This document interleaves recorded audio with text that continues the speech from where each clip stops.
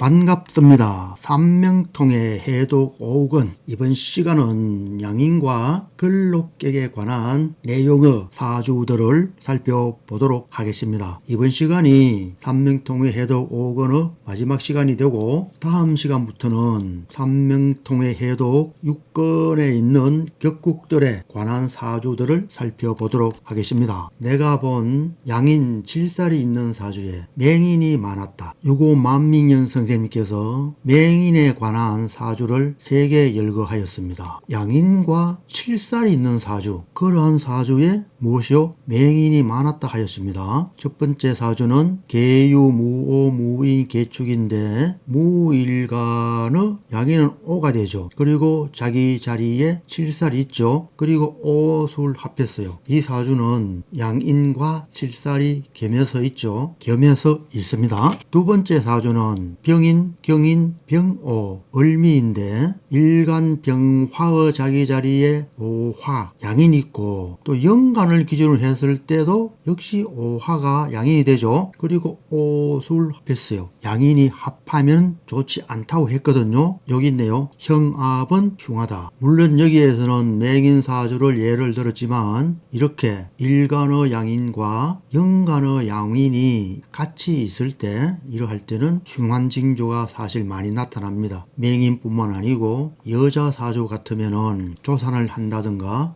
또는 유산을 한다든가 그렇게 될 경우가 상당히 많습니다. 이 두 번째 사주에서는 7살은 없죠. 병화의 7살은 임수인데 없습니다. 세 번째 사주는 정묘, 계묘, 갑자, 을해인데 갑목의 양인은 묘가 되죠. 묘가 2개가 있습니다. 양인이 2개가 있고 7살은 경금인데 7살은 없죠. 역시 자묘형을 했어요. 형합은 흉하다. 그래서 이 사주는 맹인 사주에 해당한다고 할 수가 있는데 실제 현대에서 이러한 사주들이 과연 맹인이 될까? 이러한 것에 대해서는 의문이 갑니다. 그렇지만 이렇게 양인과 7살과 겸하고 양인이 형을 한다든가 합을 한다든가 이렇게 했을 경우에는 흉한 것은 확실하다고 하겠습니다. 이 세 사주가 맹인이라고 하는데 공통된 점은 양인이 합하거나 양인이 형을 했고 이러한 것 외에는 특별하게 발견되는 것이 필자의 추리에는 없습니다. 기타 양인에 관한 것을 보면 갑무경이 양인을 보고 충을 만나면 그 확실한 화가 발생한다. 임병이 양인을 만나고 좌우충되면 재앙이 크지 않다. 임과 병의 양인이 충을 했을 경우에는 재앙이 크지 않다 했습니다. 그리고 여기서 하는 양인은 음양의 양자인 양인입니다. 연간으로 하는 양양자의 양이 아닙니다. 이러한 것도 확실하게 구분하는 것이 마땅하겠습니다. 사주의 악살은 평관 인수를 저하하고 반음, 복음, 개강, 삼합은 꺼린다.